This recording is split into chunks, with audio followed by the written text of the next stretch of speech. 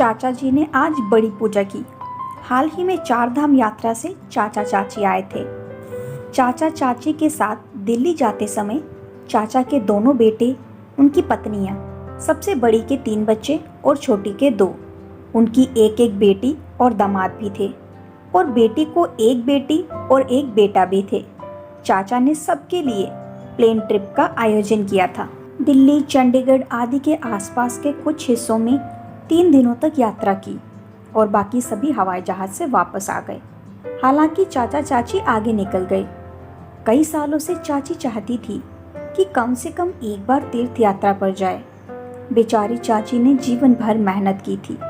जब उनकी शादी हुई तो वह जॉइंट फैमिली वाले घर में आई। इसके अलावा घर में बड़ी बहू होने के कारण घर में 2 देवर और 3 ननंद की शादी, प्रसव सब चाचा ने की। चाचा की सरकारी नौकरी थी, इसलिए एक साधारण लिपिक थी। उस समय तनख्वाह बहुत कम थी, इसलिए उन्हें हर समय कड़ी मेहनत करनी पड़ती थी। लेकिन कभी चाची ने शिकायत नहीं की। उन सभी की शादी हो जाने के बाद उनमें से हर एक को एक अलग दुनिया मिल गई और चाचा चाची के एहसान को भूल गए। इसके अलावा उनकी अपनी दुनिया भी फल फूल रही थी। तब खर्चा इतना था कि घूमने की बात ही दूर की। रिटायरमेंट के बाद मिले पैसों से और जीवन भर की बचत से 2 मंजिला मकान बनाया और 2 बच्चों के जीवन यापन की समस्या दूर हो गई। बड़े के पास काफ़ी अच्छी नौकरी थी, लेकिन छोटे का ध्यान चंचल था और वह ज़्यादा देर कहीं टिका नहीं। अंत में उसके चाचा ने उसे दुकान लगाने के लिए पैसे दिए। लड़कियों के लिए एक अच्छा घर देखने के बाद सब कुछ ठीक हो जाता है। हाल ही में ये पता चला कि गांव के पास उनके खेत को बांध दिया गया और उन्हें सरकार से मुआवजे के रूप में पैसा मिला। अब चाचा जी ने खेती के साथ साथ गांव के पास का घर भी बेच दिया, इसलिए उन्हें अच्छी खासी रकम मिल गई। मिली रकम को ज़मीन या रियल एस्टेट में दोबारा निवेश करने पर टैक्स में छूट मिलती है और पैसा सुरक्षित रहता है। तो क्या हमें खेत की ज़मीन खरीदनी चाहिए? घर में रोज़ घर को लेकर चर्चा होती रही। मुलाकातें होने लगी। दलाल का आना जाना बढ़ गया। चाचा जी को तो समझ में नहीं आ रहा था कि क्या करे।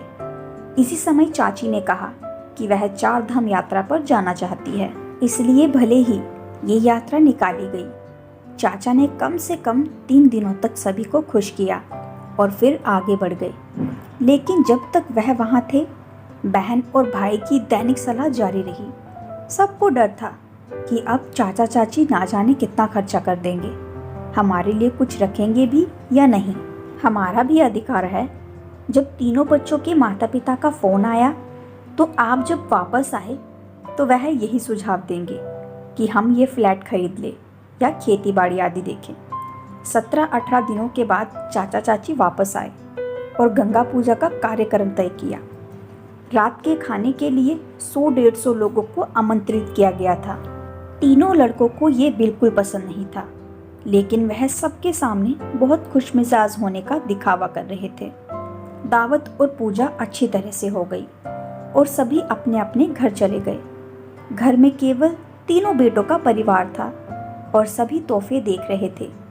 वास्तव में वे असमंजस में थे कि पैसों के विषय पर कैसे चर्चा की जाए। अंत में छोटे लड़के ने एक बार कहा, पापा, मेरे दोस्त ने अभी एक फ्लैट खरीदा है। जैसे कि निर्माण चल रहा है, अभी कीमत कम है। वह कम पैसे में 3 फ्लैट छोड़ देगा। क्यों ना जाकर इस रविवार को देख कर आएं? लेकिन चाचा अपने पोते से बात कर ही रहे थे कि अचानक उन्होंने कहा, जब हम यात्रा कर रहे थे तो वहाँ मज़ेदार था। एक मंदिर में बहुत अच्छा उत्सव चल रहा था। रात का खाना चल रहा था। बहुत भीड़ थी और बहुत सारे व्यंजन पके हुए थे। उसी वक्त मंदिर पर भजनों और श्रद्धालुओं ने नृत्य किया। मैं धीरे धीरे यहाँ सोचकर मंदिर के दर्शन मिलेंगे या नहीं, लेकिन कमरा बिल्कुल खाली था।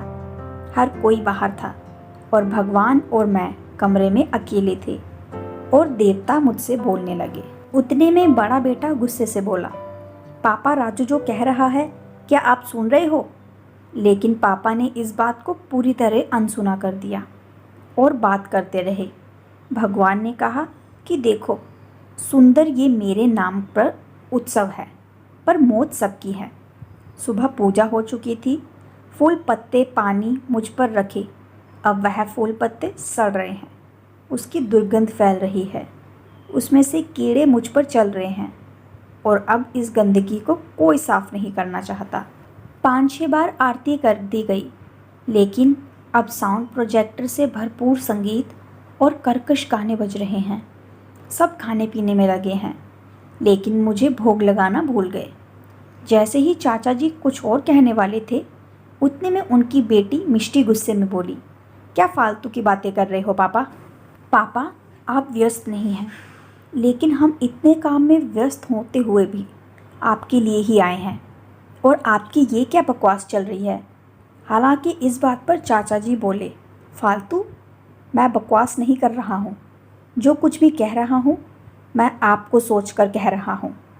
आप हमारे लिए नहीं, बल्कि सिर्फ पैसों की सेवा करने आए हैं। जब हम यात्रा कर रहे थे तो हर कोई मुझे अलग अलग योजनाएं बता रहा था, लेकिन आप में से एक ने भी हमारे स्वास्थ्य के बारे में नहीं पूछा। हम क्या खा रहे हैं, कहाँ जा रहे हैं और हम कहाँ रह रहे हैं, आपने पूछताछ भी नहीं की। हमने तो जीवन भर मेहनत करके 4 पैसे कमाए और आपके जीवन को बेहतर बनाने की पूरी कोशिश की। हमारा कर्तव्य था, लेकिन हम अपनी ज़िंदगी जी नहीं पाए। खुशी भी कभी महसूस ही नहीं हुई। आपने इस बारे में कभी सोचा? जब यात्रा पर आपकी माँ का जन्मदिन आया तो आप तीनों में से किसी ने भी साधारण शुभकामनाएं नहीं दी अपनी माँ को। मुझे पता है कि मेरे पास जो पैसा है उसका क्या करना है।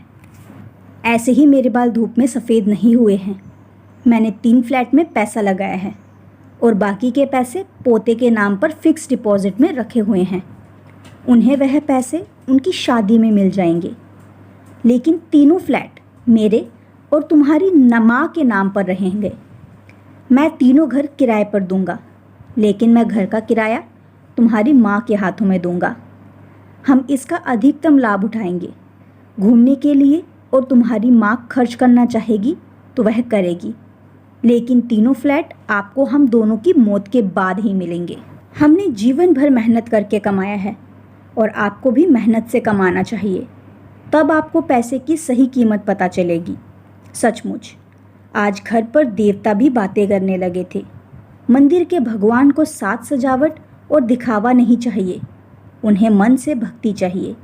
और घर में देवताओं को चाहिए थोड़ा सा प्यार। क्या उन्हें ये सब मिलेगा? तो बस आज के लिए इतना ही। कहानी कैसी लगी आप कमेंट सेक्शन में ज़रूर बताइएगा, और ऐसे ही मज़ेदार कहानियों के लिए आप चैनल को सब्सक्राइब कर दीजिए। और कहानी पसंद आए तो कहानी को लाइक कीजिए और ज़्यादा से ज़्यादा शेयर कीजिए। मिलते हैं अब अगली कहानी के साथ, तब तक के लिए शुक्रिया।